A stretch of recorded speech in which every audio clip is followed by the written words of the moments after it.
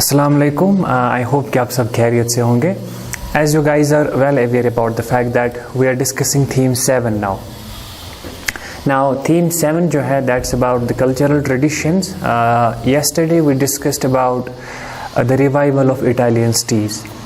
Now इसमें जो है इसमें हम इस यूनिट में ज़्यादातर फोकस जो हमारा रहेगा वो इटली रहेगा, क्योंकि इटली में ही हम देखते हैं नेशन स्टेट का कॉन्सेप्ट आ जाता है और उसमें हम 15वीं सेंचुरी में देखते हैं इटली में ही ह्यूमनिस्टिक फ़िलोसफी, रिनेसेंस और जो दूसरी चेंजेस है इंसान जो उस वक्त उसका जो माइंडसेट है या जो मॉडर्न माइंडसेट है वो वहाँ ही डेवलप होता है।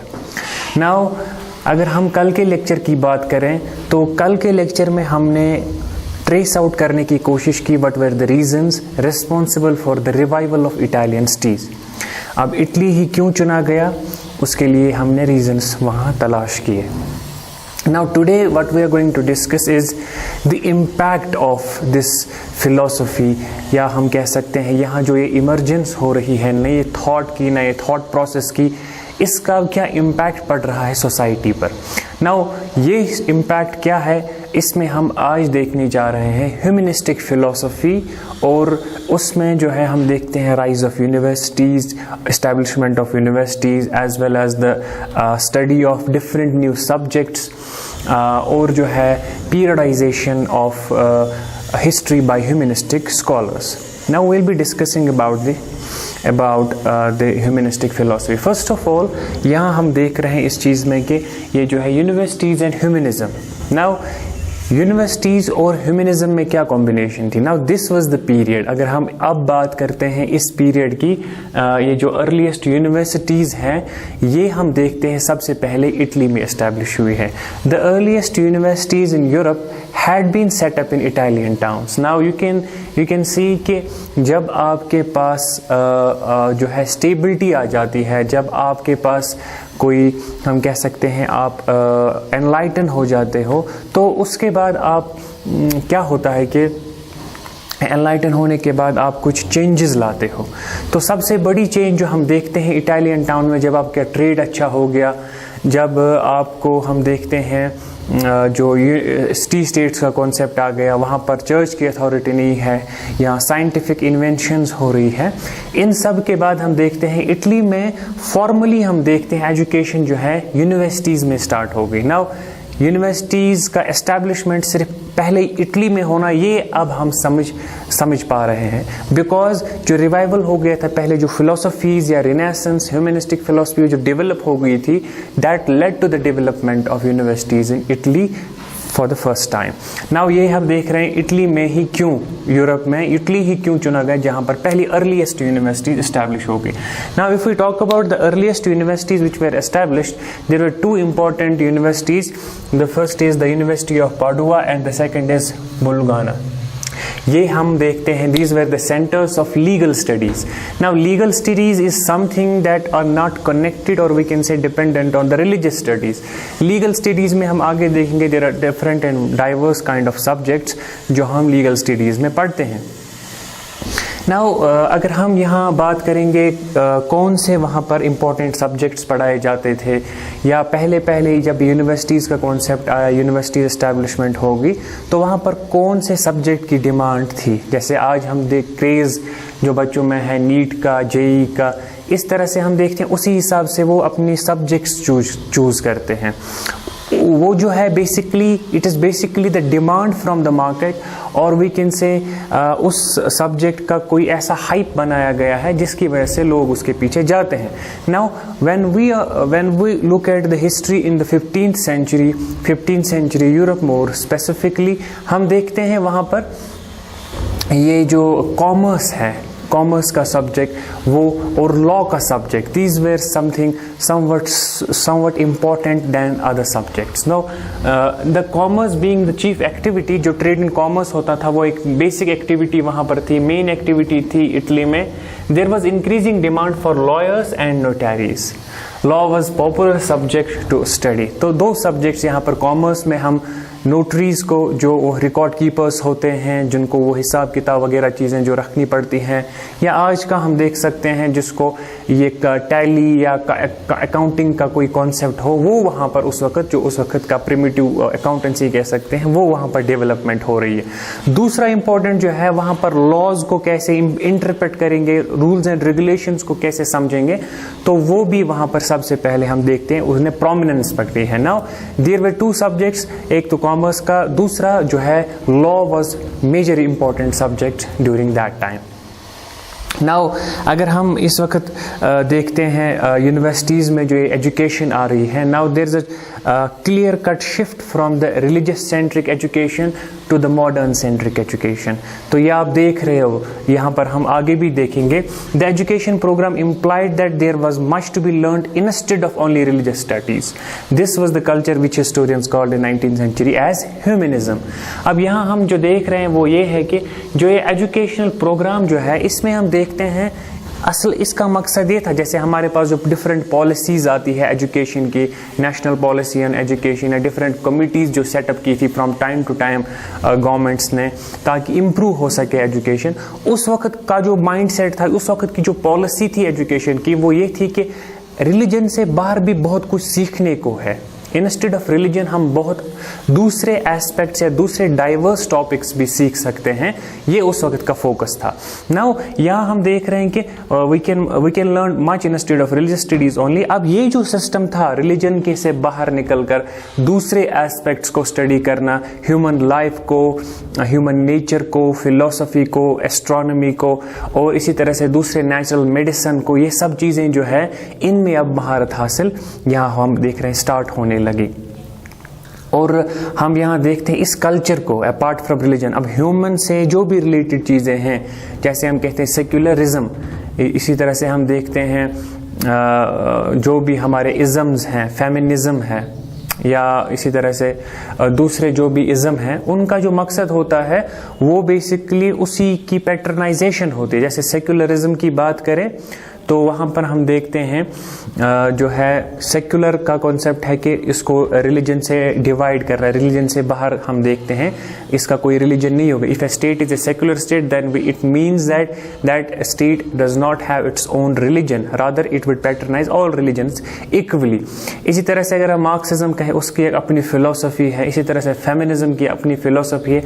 अब ह्यूमनिज्म की अपनी फिलोसफी ये है कि हम जो है अब मॉडर्न मैन है, हम अब रिलीजन हमारा माइंड जो है वो कंट्रोल नहीं कर सकता, दूसरे एस्पेक्ट जो ह्यूमन लाइफ से हैं वो भी एक्सप्लोर करने हैं, साइंस, रीजन, लॉजिक, उस पर ज़्यादा फोकस है।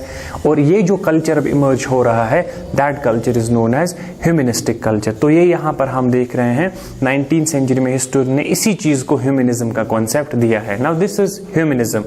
Now the early 15th century में हम देखते हैं द टर्म ह्यूमनिस्टिक, ये जो ह्यूमनिस्ट है ना, अब जो इस चीज़ का मानने वाला है, जैसे अगर किसी को कहेंगे कोई यहाँ मार्क्स का मानने वाला है, तो सिंपली हम क्या कहते हैं उसको, अगर कोई हिस्टोरियन है, कोई स्कॉलर है, कोई पॉलिटिकल एनालिस्ट है जो मार्क्स की फिलोसफी को मानने वाला है, we simply called him Marxist. तो by calling him the Marxist implied that he believed in the Marxian, या मार्क्स की फिलोसफी में ये बिलीव करता है। इसी तरह से अगर हम किसी को सेक्युलरिस्ट कहेंगे, so it's basically it implied that he believe in secularism. तो इसी तरह से यहाँ इस टाइम पे भी हम इनको असाइन करते हैं लक़ब जो हम ह्यूमनिस्ट कहते हैं ना। उस वक्त ह्यूमनिस्ट किन को कहा जाता है, इट्स इंपॉर्टेंट। हम देख रहे हैं कि by early 15th century the term humanist was used for masters who taught different type of subjects. अब ये जो यहाँ हम देख रहे हैं अर्ली 15th सेंचुरी में, ह्यूमनिस्ट उन लोगों के लिए इस्तेमाल होता था जो डिफरेंट सब्जेक्ट्स पढ़ाते थे। फॉर एग्जाम्पल, अब कौन से सब्जेक्ट से ह्यूमनिस्ट किन को बोला जाता है और वो कौन से सब्जेक्ट्स पढ़ाते थे, लाइक वी सी वो मास्टर्स जो ग्रामर पढ़ाते थे, रेटोरिक पढ़ाते थे,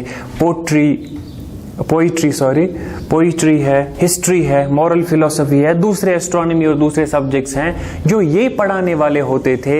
ये जो मास्टर्स होते थे इसमें दे वेर नोन एज ह्यूमनिस्ट्स। सो ये जो लक़ब ह्यूमनिस्ट का है ये इनको दिया गया जो इसमें मास्टर्स थे।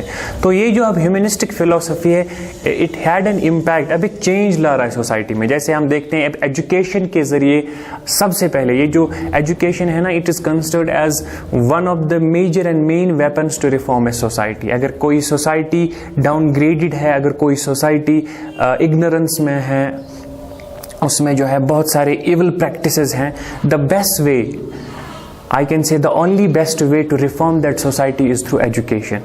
Like if we recall the Prophet's era also, profit के रीन में हम देखते हैं जahiliya पीरियड में बहुत सारी इवल प्रैक्टिसेस थी। उस टाइम बहुत सारे ऐसे काम किए जाते थे जो हम देखते हैं ह्यूमैनिटी के खिलाफ थे, जो ऐसे काम किए जाते थे जो एक आम इंसान, एक आम तबीयत का इंसान उस चीज़ को समझ रहा था that this is not the right thing to do.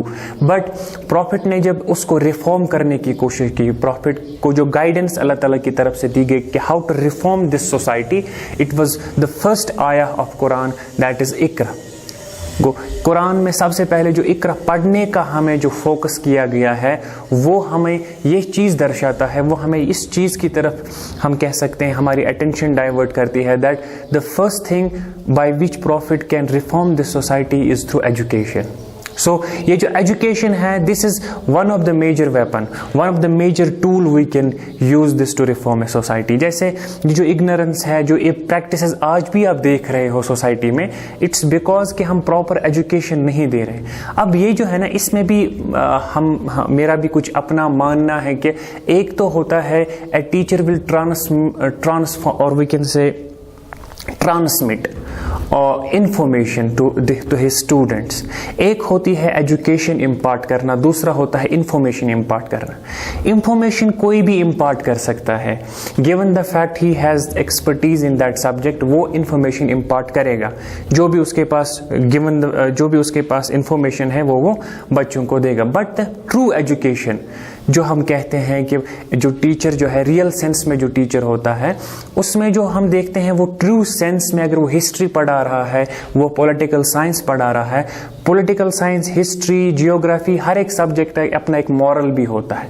Every subject taught us something which we need to inhabit in our habits, जो हमें सिखाता है कि how to deal with this life या how to deal with the different affairs of life. तो ये जो teacher तक है, किस तरह से वो एजुकेशन जो है वो दूसरे तक पहुंचाता है, और क्या वो एजुकेशन उस बच्चे के अंदर कोई ट्रांसफॉर्मेशन ला रही है।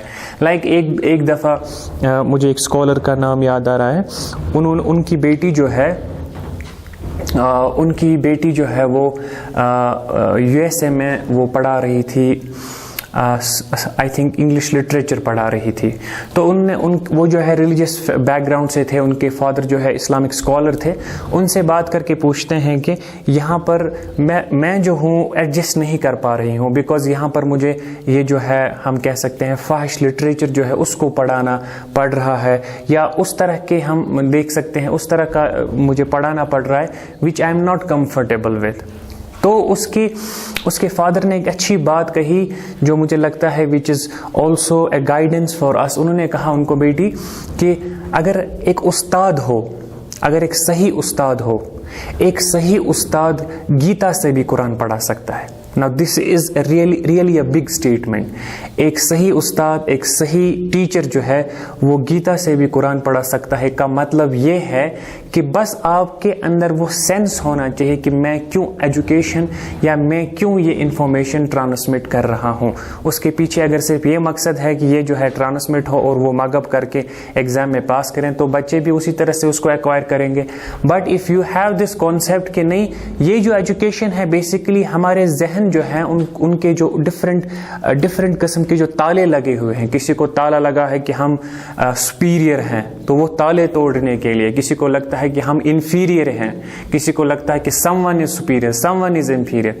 तो वो जो ताले हैं वो कि कोई जो बायसेस होते हैं हमारे personal biases towards females, towards males, towards the transgender community. ये जो ताले हमारे दिमाग में हैं उनको खोलने के लिए एजुकेशन आई है। Now history teaches us different things, political science teaches. Now the point is education in itself is the biggest tool, जो कहने का मतलब था जो रिफॉर्म ला सकती है। मगर ये एजुकेशन नहीं जो सिर्फ ट्रांसमिट ऑफ नॉलेज पर बिलीव करे, rather than the behaviour of individual, rather than the behaviour of the student, rather than the overall उसका जो इन्वायरमेंट है उसको एसेस करके उसको जो है राइट गाइडेंस दी जानी चाहिए। Now this is basically which was basically happening in Italy in the 15th century. जो हम देख रहे हैं चेंज आ रही है। नाउ दिस चेंज हम देख रहे हैं, इसमें जो है उनको ह्यूमनिस्टिक कहते थे।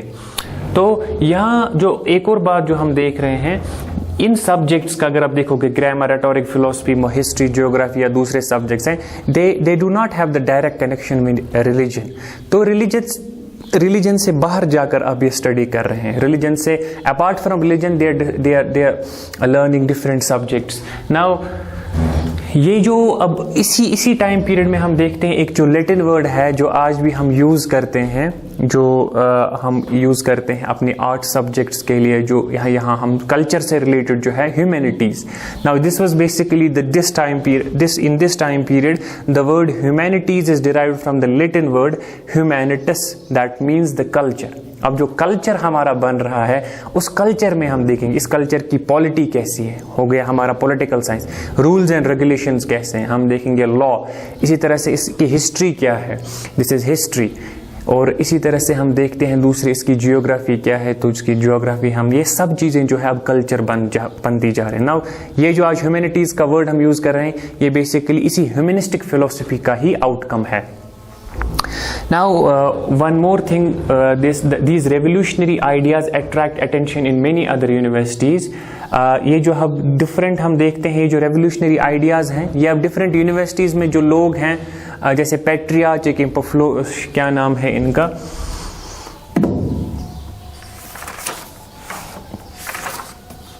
जैसे ये हाँ फ्रांसिस्को पेट्रियार्च है, ये रिप्रेजेंट इस चेंज को करते हैं, फ्रांसिस पेट्रियार्च।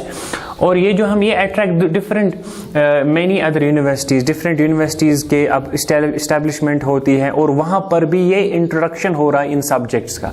इससे पहले हम देखते हैं जैसे इस्लाम में भी, या अगर देखें हिंदुइज्म में, अगर इंडिया की बात करें, पहले तो वहाँ पर ज़्यादातर वही मकतबाज मदरसाज का कॉन्सेप्ट था, जैसे जहाँ पर most of the focus was on the religious studies. या हिंदूज़ में हम देखते हैं जो वहाँ पर टेम्पल में वो स्टडी करते थे उनका भी कुछ नाम था, गुरुकुल्स। हाँ, गुरुकुल्स में ज़्यादा उन पर फोकस होता था। लेटर पीरियड्स में यहाँ भी ये चेंज आई है मॉडर्न सब्जेक्ट्स की। यहाँ हम देख रहे हैं डिफरेंट यूनिवर्सिटीज़ अब ये ह्यूमनिस्टिक जो हम देख रहे हैं इसका हम देख रहे हैं चेंज आ रही है। नाउ 15th सेंचुरी फ्लोरेंस जो है, फ्लोरेंस मैंने कहा था this is one of the major, हम कह सकते हैं एक सिटी है इटली में जो ज़्यादा डेवलप हो रही है। जो ये मैंने आपको दो यूनिवर्सिटीज़, अर्ली यूनिवर्सिटीज़ का बताया, जो यहाँ पर पाडुआ एंड बोलोगना है, ये भी फ्लोरेंस की है। और दिस फ्लोरेंस जो सिटी है इटली में ये ज़्यादा डेवलप हो रही है। Now in 15th century Florence जो है developed as the most exciting intellectual city in Italy and as well as the centre of artistic creativity. तो यही जो सिटी है, जैसे दूसरी सिटीज मैंने कहा था जेन्युआ है, वेनिस है, रोम है, अपार्ट फ्रॉम दीज यहाँ हम फ्लोरेंस को देखते हैं, वो ज्यादा यहाँ पर इमर्ज हो रही है, डोमिनेंट या मोर वाइब्रेंट सिटी, जहाँ पर आर्टिस्टिक क्रिएटिविटी, जहाँ पर इंटेलेक्चुअल्स बढ़ रहे हैं। और ये जो है जैसे हम देखते हैं ना कभी कभी एक कमरे में जो है, अगर आप छोटे छोटे जैसे अगर कोई बड़ा सा कमरा हो तो वहाँ पर अगर आप एक दिया जलाते हो तो उस एक दिए से हम देखते हैं जो रोशनी है वो बहुत ज़्यादा फैलती है। अब जितना वो दिया स्ट्रांग होगा उतनी ज़्यादा उसकी रोशनी फैलती है। अब इसको आप समझो, ये जो फ्लोरेंस का ये जो रीजन है वो एक दिए की तरह था, वो एक मोमबत्ती या एक लैंप की तरह था जो अपनी रोशनी जो है फैला रहा था, और जो बाकी लोग थे उससे एनलाइटन हो रहे थे, उससे सीख रहे थे। नाउ यहाँ हम रिनेसेंस जो है ये हम एक मॉडर्न मैन को कहेंगे, अब एक ही पर्सन है, इससे पहले एक क्लर्क होता था, इससे पहले एक क्लर्जी में सिर्फ एक प्रीस्ट होता था, उसका प्रीस्ट में स्पेसिफिक होता था, कोई किसी का इंटरेस्ट होता था वो थोड़ा हिस्ट्री जानने वाला, अब वो हिस्ट्री ही जानता था। नाउ रेनेसेंस मैन जो है ना, उसके डाइवर्स इंटरेस्ट थे, उसके डाइवर्स यहाँ हम देखते हैं इंटरेस्ट एंड स्किल्स थे। Now A renaissance man, a person with many important या मेनी इंटरेस्ट एंड स्किल्स। अब एक ही पर्सन जो है स्कॉलर भी है, डिप्लोमैट भी है, थियोलॉजियन भी है, आर्टिस्ट भी है, और ये सब जो है कंबाइंड इन वन। एक ही पर्सन है और सारे एक ही, जैसे आज भी हम देखते हैं कोई ऐसा पर्सन होता है जो डिप्लोमैट भी होता है, उसके साथ साथ वो है उसमें क्रिएटिविटी भी होती है, उसमें जो हम देखते हैं कोई हिस्टोरिकल या कोई जियोग्राफिकल बैकग्राउंड भी होता है। तो ये सब चीज़ें एक ही पर्सन में आना, ये हम देखते हैं रेनेसेंस का ही आउटकम था। Now this was basically the humanism and universities, इनके बीच में क्या हम देखते हैं तालमेल था। अब ह्यूमनिस्टिक जो फिलोसोफर्स और हिस्टोरियंस निकल रहे हैं, अब ये अपनी इंटरप्रिटेशन देंगे। Now we are studying basically history, now will be discussing कि ये जो ह्यूमनिस्टिक थे उन्होंने हिस्ट्री पर क्या कहा, हिस्ट्री राइटिंग पर क्या करा, ये हिस्ट्री मेकिंग पर क्या कहा। नाउ यहाँ हम देखते हैं the humanistic view of history, वो किस तरह से हिस्ट्री को व्यू करते हैं, किस तरह से हिस्ट्री को देखते हैं, या यूरोप की हिस्ट्री को किस तरह से उन्होंने अपनी बुक्स में लिखा है। अगर हम उस सब को तज्जिया करें तो यहां हम देखते हैं humanists thought that they were restoring true civilisation after the centuries of darkness. उनका मानना है, अपनी बुक्स में ये लिखते हैं कि असल में हम जो है ट्रू सिविलाइजेशन फिर से रेस्टोर कर रहे हैं। ट्रू सिविलाइजेशन का मतलब है कि हम जो है इससे पहले लगभग 1000 साल तक डार्क एजेस में रहे हैं, 1000 साल तक हम रहे हैं, ये जो डार्कनेस थी उसमें रहे हैं। अब हम जो है ह्यूमनिस्टिक स्कॉलर्स जो खुद को कह रहे हैं, now we are representing the change in the society, now we are the persons who will make some certain changes in the society. Now they believe that after the fall of Roman Empire, dark age crept after the Romans complex, Roman empires collapse जो है उसके बाद dark as आ जाती है। तो ये जो है church had complete control men's mind, ये इनका मानना है कि ये जो इससे पहले था मिडिवल पीरियड में चर्च का ज़्यादा कंट्रोल था, लोग ज़्यादा साइंस पर बात नहीं करते थे, लोग ज़्यादा फ्री नहीं थे, उनके लिबर्टीज उनके राइट्स नहीं थे। अब ये जो हम उसको रेस्टोर करने के लिए आए। Now humanistic represents that thought process. Now उनका एक कॉन्सेप्ट था, वो क्या कर रहे, उन्होंने कैटेगराइजेशन ऑफ हिस्ट्री की जैसे if I will make it simple in simple sense, वो ये है कि यहां हम अगर इंडिया की बात करें, इनिशियली व्हाट वी सी, हाँ पहले तो जनरली आप ये बात याद रखो, इंडिया में हम हिस्ट्री को डिवाइड करते हैं 3 फेजेस में। जैसे एंशिएंट का पीरियड होगा, जो बहुत पीरियड है, बीसीज की बात करते हैं तो वहां हम देखते हैं उसको एंशिएंट पीरियड कहते हैं या एंशिएंट इंडिया कहते हैं। मिडिवल की बात करें उसको मिडिवल पीरियड कहते हैं, और मॉडर्न में मॉडर्न पीरियड। तो एंशिएंट, मिडिवल एंड मॉडर्न, तो ये इंडिया की बात है। Now when it comes to Europe, हम देखते हैं अगर हम यूरोप की बात करें और यूरोप की जो हिस्ट्री है, वो जो ह्यूमनिस्टिक हिस्टोरियंस है उन्होंने किस तरह से कैटेगराइज किया है यूरोपियन हिस्ट्री को। Now we will be looking at the periodisation of history. Periodisation is important, it represents a change, it represents something which we can disagree of, जो आप अभी देखोगे।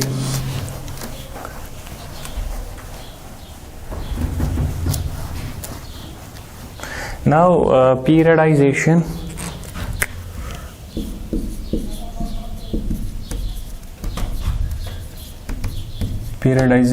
of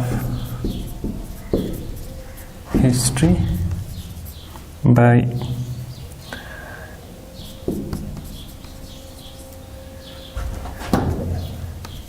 humanistic scholars। Humanistic scholars किस तरह से पीरियडाइज करते हैं हिस्ट्री को। नाउ ये क्या है, पहले आप देखोगे 5th सेंचुरी से 14th सेंचुरी तक, 5th से 14th सेंचुरी तक जनरली ये जो पीरियड है इसको द मिडिल एज कहते हैं, मिडिल एज। तो ये जो हम देख रहे हैं पीरियडाइजेशन, हम देख रहे हैं द मिडिल एज। लेकिन इस हम देखते हैं 100 साल में 15 से 1000 साल जो इसमें आया है, इसमें हम देखते हैं इन्होंने कुछ जो मैंने अभी कहा था, किसी फेज को डार्क एज कहा था, डार्क फेज कहा था। तो वो किस तरह है, वो कह रहे हैं कि 5th सेंचुरी से 9th सेंचुरी तक ये था डार्क एज, इसको ये डार्क एजेस कह रहे हैं, ठीक है। ह्यूमनिस्टिक पीरियडाइजेशन में मैं बता रहा हूं। अब उसके बाद 9th से 11th सेंचुरी तक इसको कह रहे हैं the early middle age, the early middle age. 11th से 14th सेंचुरी तक इसको कह रहे हैं the later middle age, middle age. और जो 14th सेंचुरी हम कह सकते हैं ऑनवर्ड्स या 15th सेंचुरी ऑनवर्ड्स, उसको कह रहे हैं the modern age.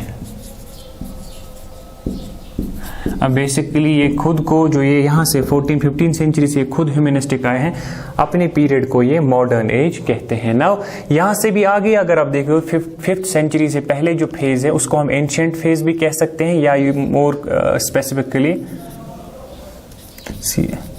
Classical as है, जो पुरानी है। नाउ अगर हम यहाँ यूरोप की बात करें, classical as, the middle age and the modern age. Within middle age, these three phases according to the humanistic philosophers, humanistic scholars. तो ये 3 phases कहते हैं, dark age 5th से 19 तक, 9-11 the early middle age, 11-14 the later middle age. Now यहाँ recently जब हम देखते हैं historians ने इस पर डाउट किया या इस पर questions arise किए, ये जो है ये गलत है। आप किसी फेज को डार्क एज हिस्ट्री में नहीं कह सकते हो। हाँ, आपके हिसाब से उन्होंने उस वक्त किया होगा या कुछ चेंजेस आई होगी सोसाइटी में, but you can not call a period as a dark period, as a dark age. तो इस वजह से इसको फिर आज यूजुअली बहुत सारे हिस्टोरियन इस डार्क एज को नहीं इस्तेमाल करते हैं, rather they use the middle age, rather they use the early middle age और द लेटर मिडल एज। इसी तरह से इंडिया में भी हुआ था। अगर आपको याद हो, जब जेम्स मिल ने इंडिया पर बुक लिखी थी पहली, the history of British India, तो उन्होंने कैटेगराइजेशन ऑफ इंडियन हिस्ट्री जो की थी वो की थी, उनने हिंदू लिखा था, हिंदू पीरियड, मुस्लिम पीरियड और खुद को ब्रिटिश पीरियड कहा था। तो हिस्टोरियन जो है उन्होंने इस चीज को भी क्वेश्चन किया, ये जो है ये गलत आप कर रहे हो, हमारा जो है पीरियड आप on the basis of religion कर रहे हो। खुद जो यहाँ पर फिर क्रिश्चियन पीरियड आना चाहिए था, because you were Christians but you called yourself British here, now you are representing that here we can see that they were ruling on the communal basis and we British are much more liberal and we are ruling not on the basis of religion but rather on the fraternity and equality. तो ये खुद को यहाँ पर ज्यादा बड़ा चढ़ाकर पेश कर रहे हैं। अब आप देख रहे हो किस तरह से कैटेगराइजेशन या पीरियडाइजेशन ऑफ हिस्ट्री में किस तरह से खुद को बड़ा कर पेश किया जाता है और किस तरह से दूसरों को छोटा करके पेश किया जाता है। नाउ लेटर हिस्टोरियंस इसको रिजेक्ट करते हैं, दिस पीरियडाइजेशन वाज रिजेक्टेड। अब नई पीरियडाइजेशन जो इंडिया की है वो है ancient India, medieval India, modern India. तो ये अब आज की हम देखते हैं जो है कैटेगराइजेशन या पीरियडाइजेशन। सेम वाज हियर जो इन्होंने की है, जो periodisation of history by humanistic scholars. Now this was all about today. हमने जो देखा इसमें ह्यूमैनिटीज और उसमें हम देखने यूनिवर्सिटीज और ह्यूमनिज्म का कॉन्सेप्ट और the periodisation of history. Now in our next lecture will be discussing about the science and philosophy, the Arab contribution. We'll be discussing that. If you guys had any question, any query regarding this lecture, you can ask me, you can ask in the comment section also. Till then, stay safe and take care of yourself.